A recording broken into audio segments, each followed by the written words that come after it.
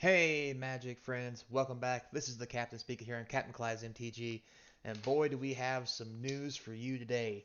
We've got misprint cards, special limited edition cards, and more possible delays to Crimson Vow and Magic cards in general. So before we get started, guys, trade tables and seat backs to full upright position.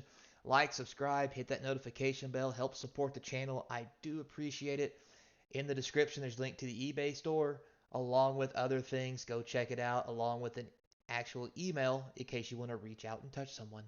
So, with all that said, let's get started on what's happening in Magic this week. So, start off with Crimson Vow. So, here we have something from Alliance to Alliance customers. If you guys don't know, Alliance is a local distributor, local, but it's a distributor. It's not a small distributor. It's one of the big threes.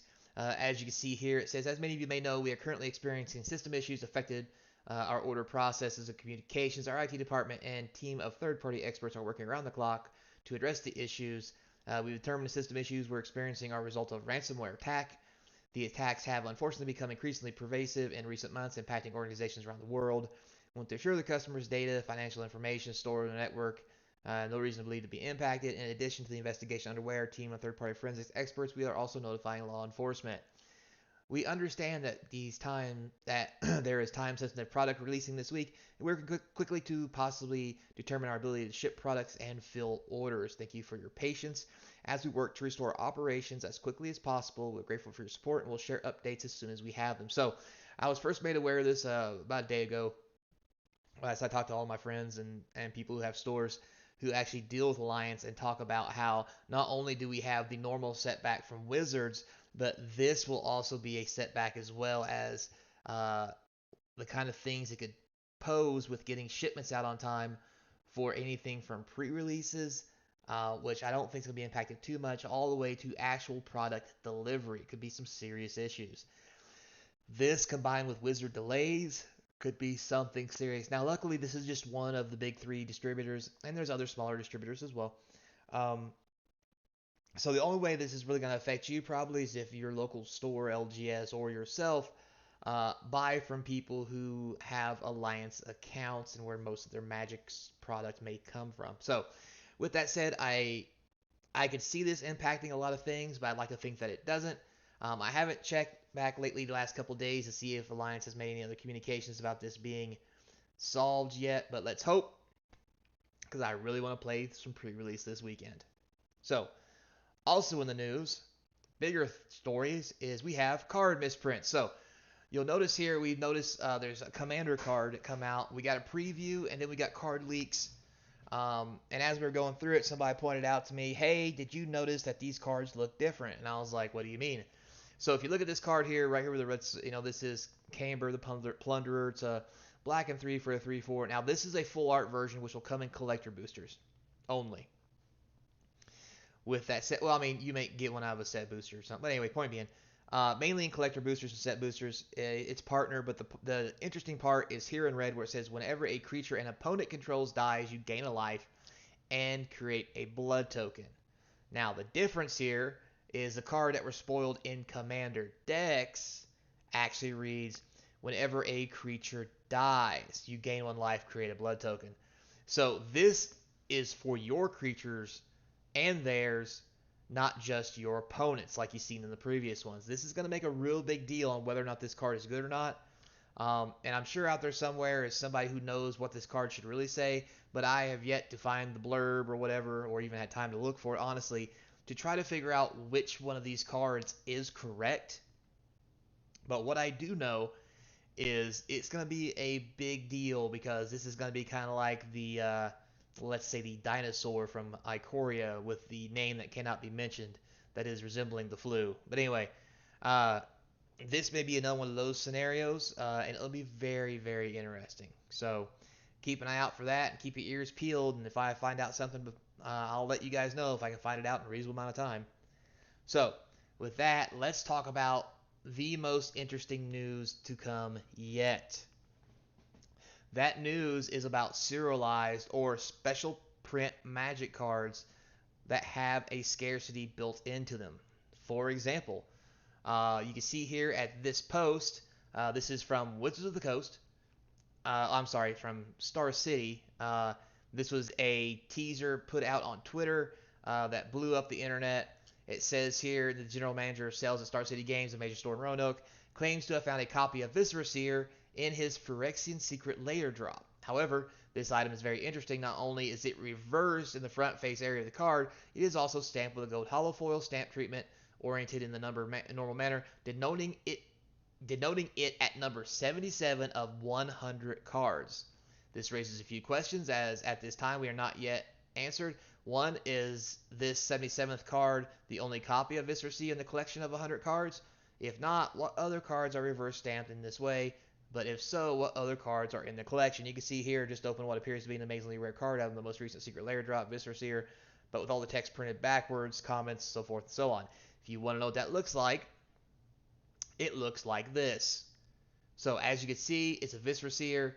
Mana symbol's on the wrong side. This is on the wrong side. This is all backwards through here too. The wording is all backwards. And right here it says number 77 of 100, making this a very rare card. Now, with that said, what does this mean? What does it mean really? Yes, it means that this is going to be an expensive card that was going to be a real long time for anybody finds out what the market value is, unless someone's willing to pay a lot of money for it. But 77 of 100. So we're in a world right now of Magic where everything is special, so nothing is special.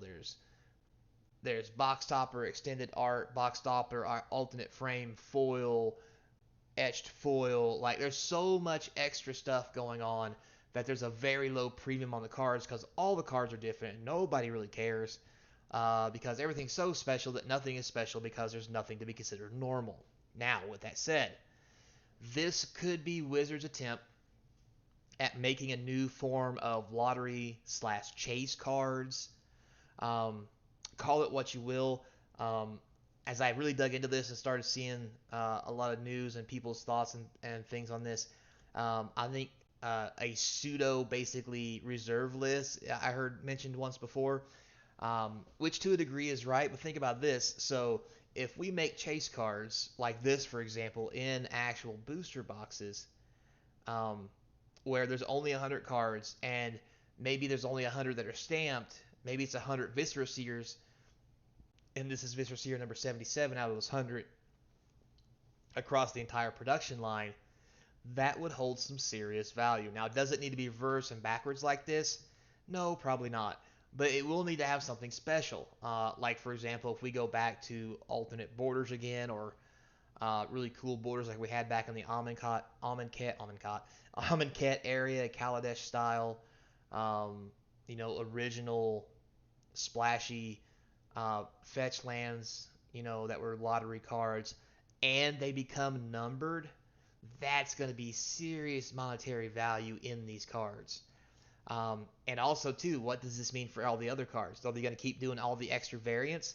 Because those extra variants may cost extra money to print. Well, let me take that back. Not really print per se, but you're paying for the art one way or another. And it would really be cheaper to get rid of all these extra variants and just have gold stamp cards like this that become chase cards that are special art, special border. There's only 100 of them, 500, doesn't matter. And then you have something really special people can collect, especially for collectors, without actually having to make these god awful collector boosters that are so expensive people hardly buy them. Um, which that market looks like it may be drying up as far as how many people buy them to begin with. Secondary market, they seem to be doing pretty good. I mean, only because it's a collector booster. I mean, a bunch of foils, like it's just better.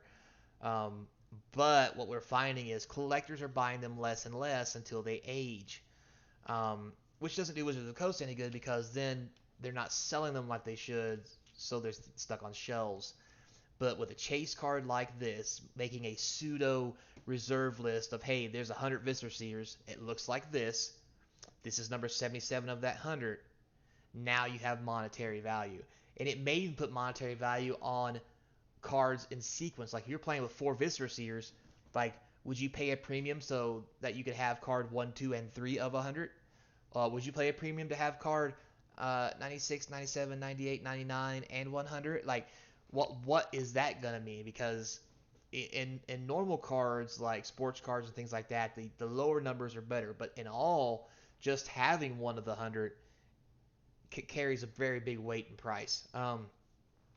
I think this can be great for the game if we reduce all these special borders and stuff down to just what normal base set like we used to have, and then these are the chase cards, and that's it. Because that means it's going to raise the price of boxes again, as far as what their value can be with the cards inside, instead of standard being this abysmal money pit. Um, and then you have a lottery style card like this that could really blow you away if you get one. Um, so there's lots of questions that this asks that we don't have answers to right now. Now, with it just being a secret layer, does that mean it's going to be in Crimson Vow? That's a really good question. Nobody knows. This may be a secret layer only thing, and if it is, that makes me really sad because that's just another way of Wizard trying to make special cards that you buy direct from them instead of putting them into packs. So this could be very good for Magic with a whole new era opening up for us, or it could be very horrible as these cards go only in secret layers and you have to buy secret layers, and it once again strains the pocketbook, and people still don't want to buy standard because it's just a unproductive, non-monetary crapshoot of cards that nobody wants. So this would save standard if these were in booster boxes and had some kind of chase rare without all the alternate flashy cool versions. On the other side, if it's only in secret layer, you have only get them in products you buy from Wizards of the Coast. Um, it could be very bad. It could be good if it separates the whales from the people trying to play the game, but I don't think that's really what's going to happen. It's going to make people who play the game upset because they don't have a chance to get these cool cards unless they pay large amounts of money like the whales do, and nobody wants that. So anyway, that's my thoughts on it. This card is, I'm not going to mention it's not really cool because it is really cool. I'd like to see some better cards. I mean, especially chase cards and sets. Maybe one alternate border that's stamped like this and cool and foil or what have you. Like, there's all kinds of possibilities that Wizard could go with. So tell me what you think down below. Is this a new pseudo reserve list? Is this chase card / lottery card style items? Is it gonna hurt Magic or save it? Uh, Put some comments down below. It helps feed that YouTube algorithm. And as always, guys, thanks for listening. Thanks for watching. And until next time, remember to be kind. And I'm gonna see you guys tomorrow at the Crimson Vow pre-release. See you then.